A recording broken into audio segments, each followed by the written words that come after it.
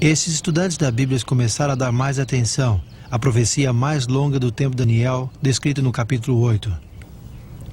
A predição se encontra no versículo 14. Em resposta a uma pergunta feita sobre o tempo que a visão cumpriria, quando Deus faria algo sobre o poder devastador que estava esmagando seu santuário e seu povo. A resposta é a seguinte. Ele disse, até 2.300 tardes e manhãs, e o santuário será purificado. O estudo desse período de tempo tem intrigado estudantes da Bíblia por centenas de anos. Eruditos judeus, desde o começo do século VIII, e eruditos cristãos, desde o fim do século XIII, ao identificar os 2.300 dias como 2.300 anos. Embora muitos seguiram estudando essa profecia, seu significado ainda era um mistério. O que não deve surpreender-nos, porque em Daniel 8, o anjo Gabriel disse a Daniel que o período de 2.300 dias, anos, não se cumpriria até o tempo do fim. Em Daniel 12, o profeta é ordenado a selar seu livro até esse mesmo tempo. É evidente que o significado da profecia de 2.300 anos não deveria ser entendido claramente, até que o tempo do seu cumprimento se acercasse. Isaac Newton, um dos homens mais brilhantes que já existiu, formulou as leis da gravitação e algumas leis de movimento. Ele também descobriu os segredos da luz e das cores. Mas o que muitos não sabem é que Newton escreveu mais sobre teologia que sobre ciência, pois ele era um grande estudioso das profecias bíblicas. No livro que ele escreveu sobre Daniel e Apocalipse, ele descreve um princípio relevante relacionado com a profecia e seu cumprimento. É um princípio tão importante que Jesus o expressou a seus discípulos 2 vezes na noite anterior à sua morte, se encontra em São João 13:14. No capítulo 14, Jesus disse, disse-vos agora antes que aconteça, para que quando acontecer, vós creiais. Isaac Newton cria que o desígnio de Deus era que seu povo entendesse as profecias somente quando o tempo do seu cumprimento se apresentasse. E esse princípio profético se apoia nos acontecimentos da história.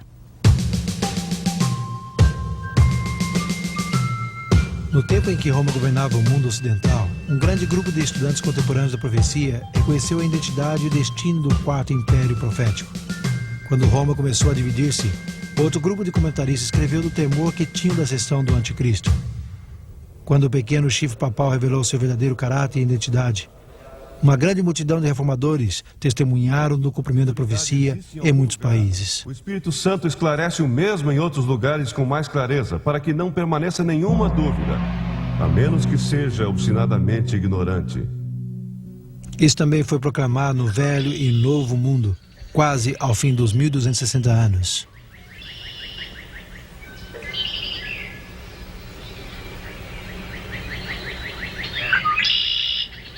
Mas no século XIX, o foco de interesse em diferentes continentes e países e entre os grupos denominacionais eram os 2.300 anos de Daniel 8. E uma das testemunhas foi o pregador batista, que nos Estados Unidos chegou a ser o líder do grande movimento que enfatizou a segunda vinda de Cristo no começo do século XIX. Guilherme Miller. Mas que tipo de homem foi Guilherme Miller? Miller nasceu em Massachusetts em 1782. Quando ele tinha 4 anos de idade, sua família mudou-se para Lowhampton, Nova York. Sendo o maior entre 16 filhos, sua mãe, que temia a Deus, ensinou-lhe a reverenciar a Bíblia como revelação de Deus ao homem. Aos 21 anos de idade, Miller se casou com Lucy Smith e logo se mudaram a Putney, em Vermont, a cidade natal de Lucy.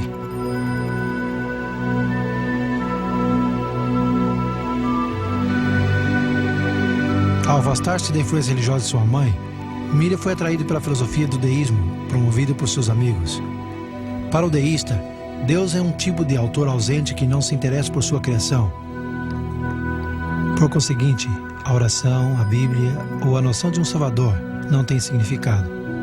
Mais tarde, em seu livro Apologia e Defesa, Miller fez a seguinte afirmação: Cheguei à conclusão que a Bíblia era só uma concepção humana e a rejeitei completamente.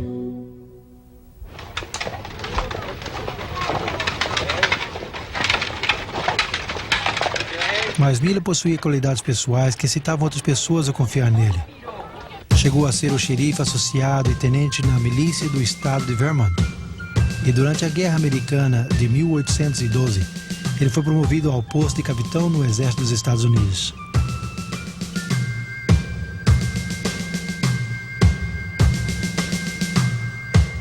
No verão de 1814, ele lutou na famosa Batalha de Plattsburgh, um dos conflitos decisivos da guerra.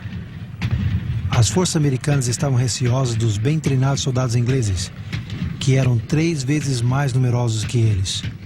Mas a surpreendente vitória serviu para criar dúvidas na mente de Miller, pois o êxito pareceu-lhe ser a obra de uma força mais poderosa que a humana.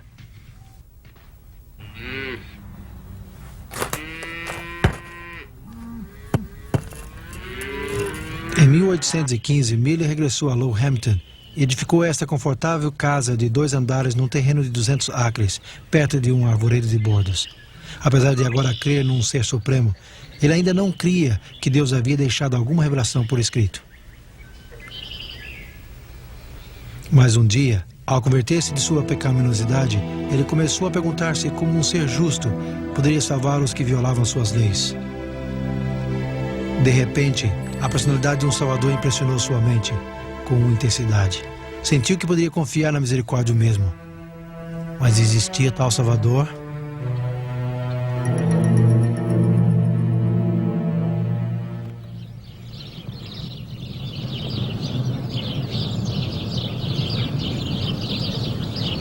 No fim de 1816, ele aceitou a Jesus como seu Salvador e amigo na Igreja Batista de Hampton, e a Bíblia chegou a ser um deleite. Mas seus amigos deístas foram rápidos em desafiar a sua fé nas Escrituras, como a revelação de Deus. Deixando de lado todos os livros, exceto a Bíblia e a Concordância de Cluden, Miller começou por Gênesis e prosseguiu não mais rápido que o seu entendimento do significado de cada texto lhe permitia. Ele passou 2 anos estudando a Bíblia meticulosamente, uma tarefa tão empolgante que muitas vezes passava dias e noites inteiros estudando. E quais foram algumas das conclusões às que chegou em 1818? Tenho certeza que a Bíblia interpreta por si mesma e que é bastante simples para que todos a entendam. Também estou convencido que deve ser lida literalmente, a menos que exista uma prova clara que o escritor está usando linguagem simbólica. E as profecias do Velho Testamento? Reconheço sua forma simbólica, mas elas quase sempre se cumprem literalmente. Tomemos, por exemplo, o nascimento, a morte e a ressurreição de Cristo. Eles foram acontecimentos literais. As suas profecias foram escritas em linguagem simbólica. E o mesmo acontece hoje. Os sinais dos tempos e a presente condição do mundo são iguais às descrições proféticas dos últimos dias. Estou convencido que esse mundo tem chegado aos limites do tempo designado. Cristo Jesus está a ponto de regressar em toda a sua glória.